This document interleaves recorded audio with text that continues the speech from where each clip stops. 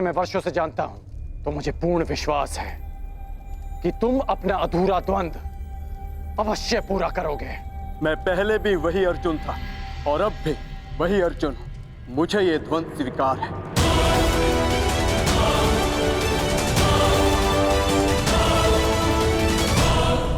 कोई द्वंद्व नहीं होगा।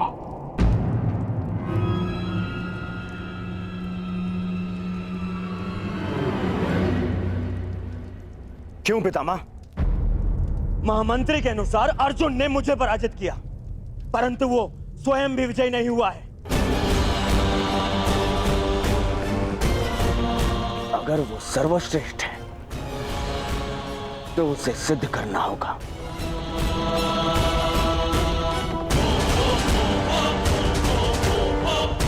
जब कर्ण और अर्जुन दोनों ही यहां प्रस्तुत हैं, तो युद्ध से भय क्यों है आपको? भय मेरी विजय का या संदेह अर्जुन के कौशल पर?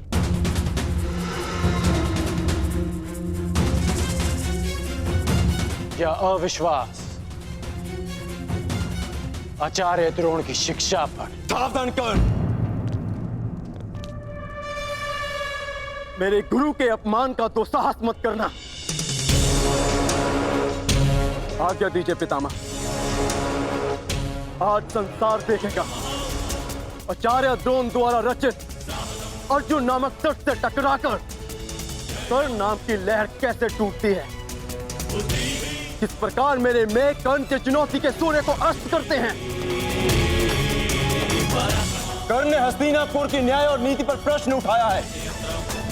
आज इन्हें विश्वास हो जाएगा कि हस्तिनापुर में अब भी न्याय और नीति का शासन है।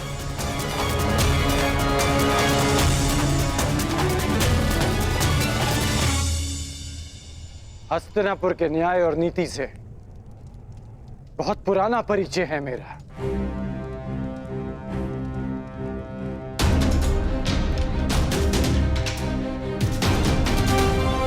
परंतु मैं तुम्हारे कौशल का परिचय जानना चाहता हूं।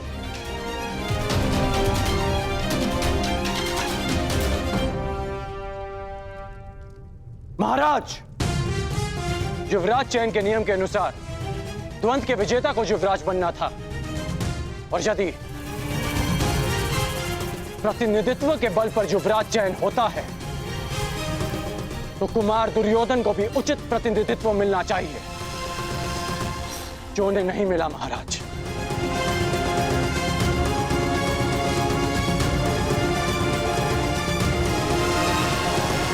यदि अर्जुन कुमार युधिष्ठिर की ओर से द्वंद्व कर सकता है तो मैं भी कुमार दुर्योधन का प्रतिनिधित्व करूंगा।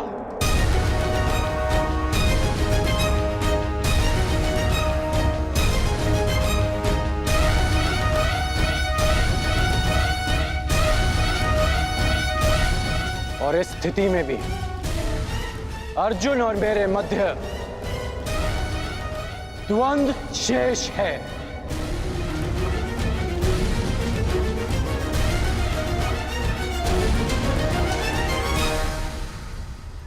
इसे कहते हैं सीधे पांव 12।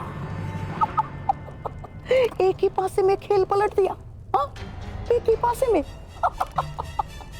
तुम पे भरोसा करके मैंने भूल नहीं की थी कर्ण। यदि पितामह का आदेश हो तो अर्जुन के कौशल के साथ साथ यमराज का भी परिचय हो जाएगा कर्ण। भीम, प्रतीत होता है कि रंगभूमि में मिली हार को अब तक बचा नहीं पाए हो। तुम कहो तो हम भी एक और द्वंद्व कर लें। मेरा भी निवेदन है कि अर्जुन को द्वंद्व की आज्ञा दी जाए पितामह। वाह, क्या कहा? पहली बार भीम ने ऐसा कुछ कहा है जिसके मैं भी पक्ष में हूं। क्यों भ्राता युधिष्ठिर, क्या मत है आपका? द्वंद्व के बुलावे से अर्जुन पीछे नहीं हटेगा, हमें भी स्वीकार है। स्वीकार है।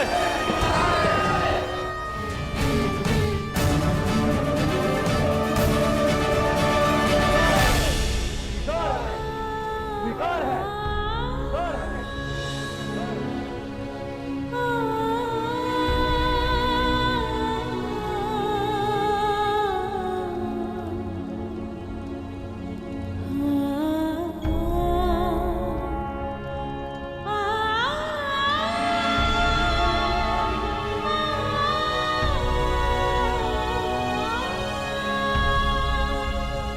परंतु मुझे स्वीकार नहीं।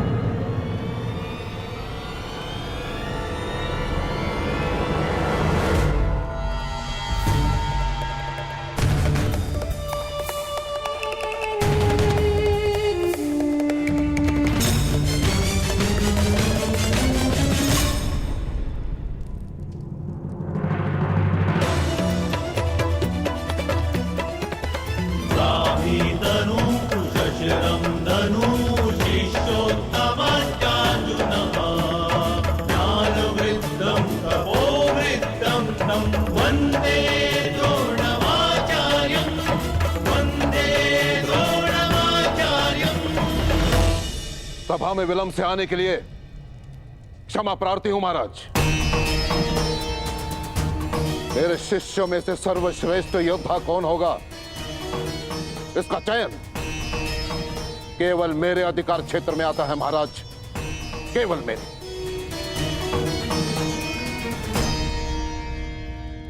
आपका तात्पर्य क्या है आचार्य? वही जो अंगराज कर्ण का है।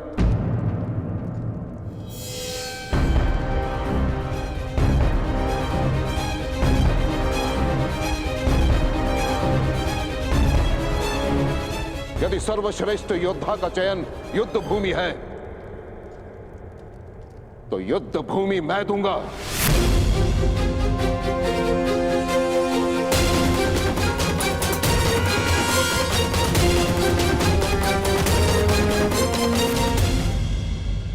वैसे भी नियति कहती है महाराज कि गुरु दक्षिणा दिए बिना कोई भी शिक्षा पूरी नहीं मानी जाती। मुझे गुरु दक्षिणा चाहिए, वो भी राजकुमारों से। और जो शिष्य मुझे मेरी गुरु दक्षिणा प्रदान करेगा वो हस्तिनापुर का युवराज होगा।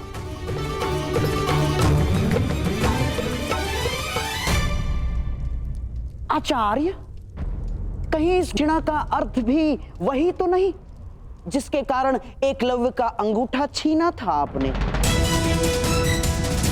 मुझे तो केवल शंका है कि ये परीक्षा भी उसी शिष्य के लिए तो नहीं जिसे आप सर्वश्रेष्ठ मान चुके हैं।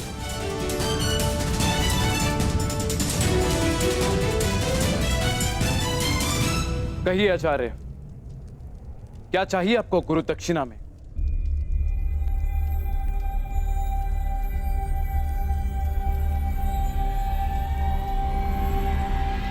पांचाल नरेश द्रुपद।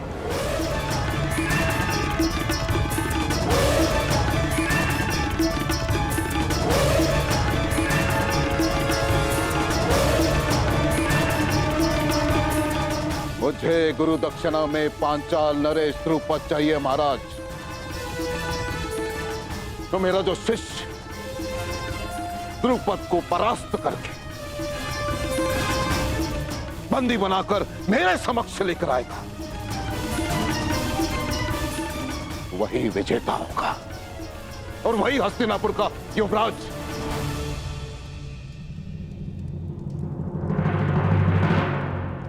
ये कैसी गुरु दक्षिणा है आचार्य? आप जानते हैं कि पांचाल नरेश द्रुपद कितने शक्तिशाली हैं। उनकी सेना अपराजय है आचार्य। योद्धाओं में वट वृक्ष के समान है वो। तो मेरे शिष्यों को बलपूर्वक उस वृक्ष को उखाड़ कर फेंकना होगा महाराज। अपने गदा के प्रहार से पांचाल के दुर्ग की नींव हिलानी होगी। अपने बाणों की वर्षा से पांचाल के आकाश को प्रकाशहीन करना होगा। हस्तिनापुर का युवराज केवल वही हो सकता है महाराज जिसके नाम से शत्रु कांपे, जिसके तेज मात्र से हस्तिनापुर को कोई चुनौती ना दे पाए, केवल वो। मैं अपने पुत्रों को मृत्यु के मुख में नहीं भेज सकता। ईश्वर ने मुझे नेत्र नहीं दिए हैं। अब आप चाहते हैं कि मैं अपने पुत्रों के मुख से स्वर भी ना सुन पाऊं? नहीं आचार्य, आप कुछ और गुरु दक्षिणा मांग लीजिए। मैं यहां व्यापार के लिए नहीं, प्रतिकार के लिए आया हूं महाराज। मुझे द्रुपद चाहिए या फिर और कुछ नहीं। और यदि हस्तिनापुर मुझे मेरी गुरु दक्षिणा नहीं दे सकती तो मैं कहीं और ढूंढूंगा उस सर्वश्रेष्ठ योद्धा को जो मेरी गुरु दक्षिणा मुझे प्रदान करे।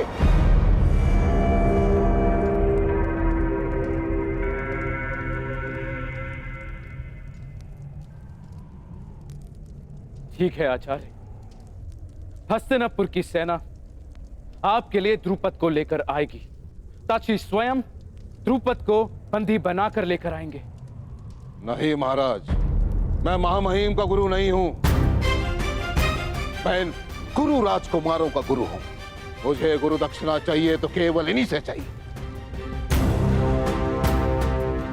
परंतु एक बात का स्मरण रहे महाराज, हस्तिनापुर का प्रारंभ केवल वही बन सकता है जो सिंह के साथ युद्ध करे।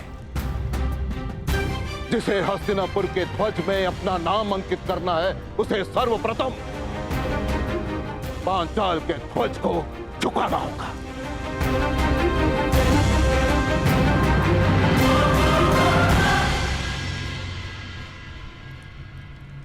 लाहौकार तलवार बनाता है महाराज, परंतु अपने स्वामी को देने से पूर्व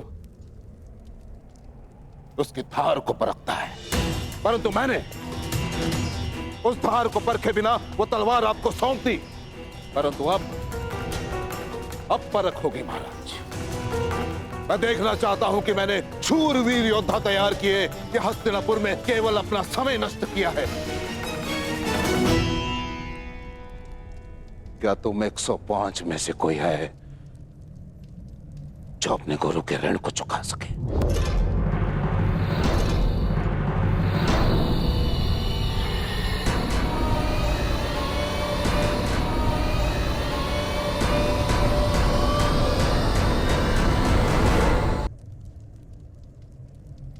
मुझे मेरा उत्तर मिल गया महाराज। आज अपने ही परीक्षा में असफल रहा।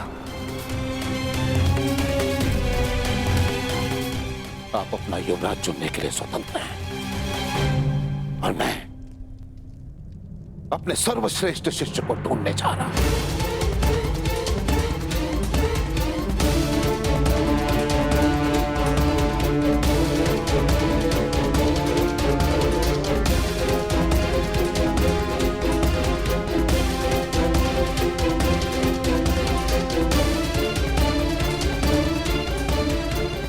गुरुदेव,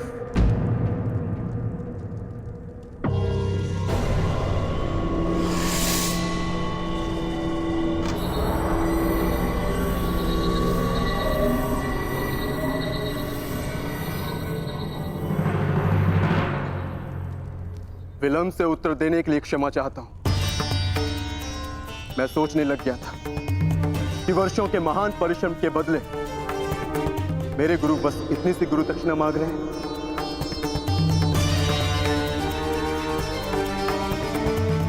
आपने संसार के सर्वश्रेष्ठ योद्धा तैयार किए हैं गुरुदेव, ये मैं सिद्ध करूंगा। मैं पांचाल नरेश को आपके समक्ष लेकर आऊंगा। मैं पांचाल की ध्वजा को आपके चरणों में भेंट करूंगा।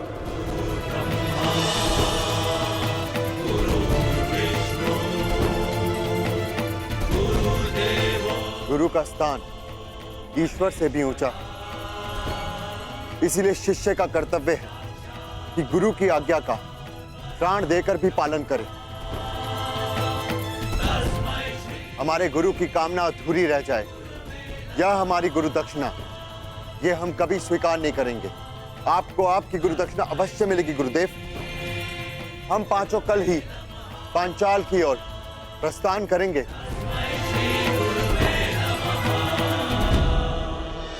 पांचाल पर आक्रमण से पूर्व मित्र कर्ण का राज अभिषेक कर दिया जाए। पितामह, अंग देश पर आपने विजय प्राप्त की थी, इसलिए मैं आपसे निवेदन करूंगा, आप स्वयं कर्ण का राज्य अभिषेक करें।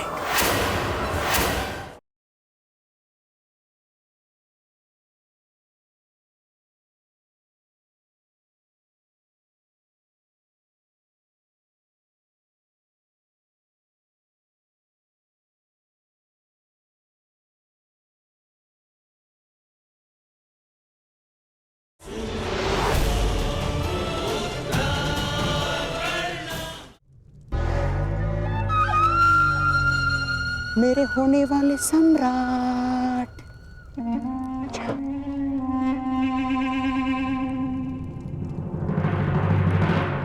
हम भी जाएंगे।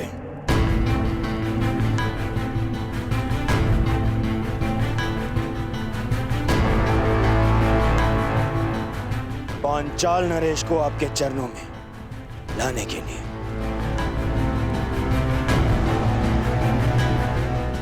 और अब युवराज का चुनाव गुरु दक्षिणा ग्रहण के पश्चात ही होगा।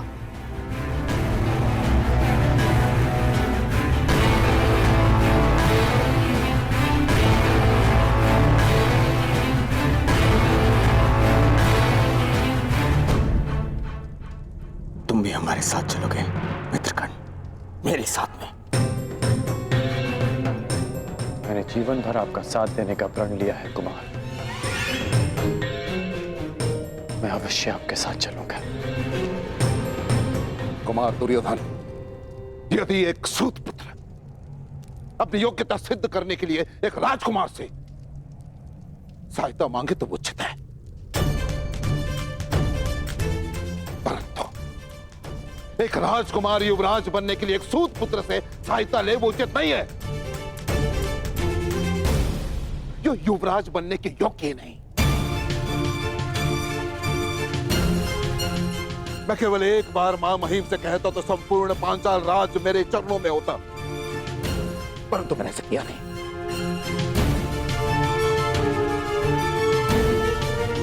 क्योंकि एक योद्धा अपनी शक्ति से अधिकार पाता है, दान में प्रसाद नहीं।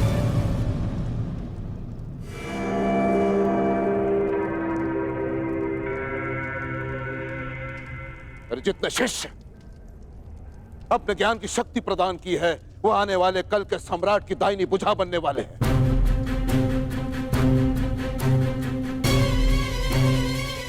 यदि इस भुजा को एक सूत पुत्र के बाहुबल की आवश्यकता पड़ जाए तो मुझे ग्लानि है कि तुम मेरे शिष्य हो।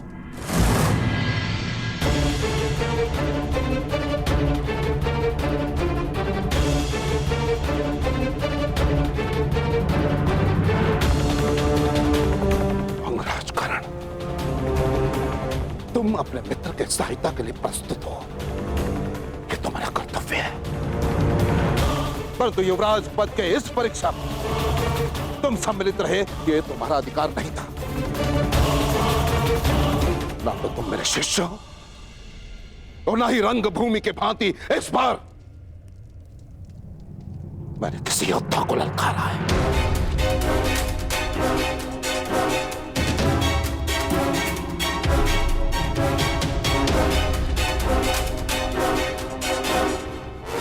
और यदि तुम भारी योद्धा के सहायता के बिना पांचाल नरेश द्रुपद का सामना नहीं कर सकते तो तुम्हें वहां जाने की आवश्यकता नहीं है।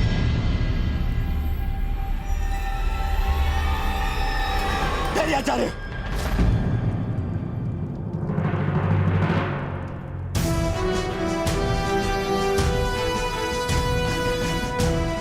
आपने ठीक कहा आचार्य। हाँ कर आचार्य, तुम ठीक कह रहे हैं। ये उनके शिष्यों की परीक्षा है, इसलिए मैं दुर्योधन अपने भाइयों के साथ में स्वयं अपने गुरु दक्षिणा का ऋण चुकाने अवश्य जाऊंगा। यदि ऐसा करते हुए मैं वीर गति को भी प्राप्त हुआ तो मेरा सौभाग्य होगा।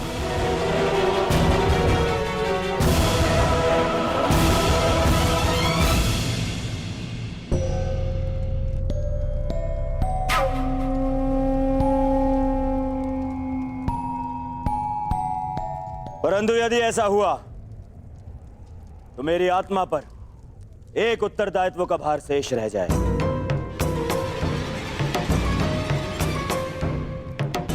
मैंने कर्ण को अंगराज घोषित किया, इसीलिए मेरा निवेदन है कि पांचाल पर आक्रमण से पूर्व मित्र कर्ण का राजाभिषेक कर दिया जाए।